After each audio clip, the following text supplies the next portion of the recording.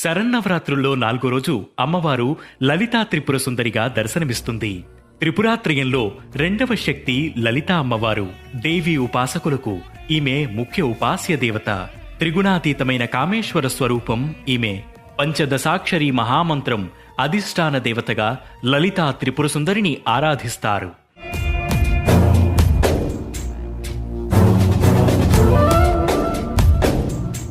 సకల లోకాతీతమైన కోమలత్వం కలిగిన మహామూర్తి ఈమె. చెరుకుగడ, విల్లు, పాశాంకుశాలను ధరించిన రూపంలో కుడివైపున లక్ష్మీదేవి, ఎడమవైపున సరస్వతీదేవి సేవలు చేస్తుండగా లలితాదేవి భక్తులను అనుగ్రహిస్తుంది. దారిద్ర్య దుఃఖాలను తొలగించి సకల ఐశ్వర్య అభీష్టాలను సిద్ధింపజేస్తుంది. లలితా త్రిపుర సుందరీదేవి విద్యాస్వరూపిణి, సృష్టి స్థితి సంహార రూపిణి. కుంకుమతో నిత్య పూజలు చేసే సువాసినులకు ఈ తల్లి మాంగళ్య సౌభాగ్య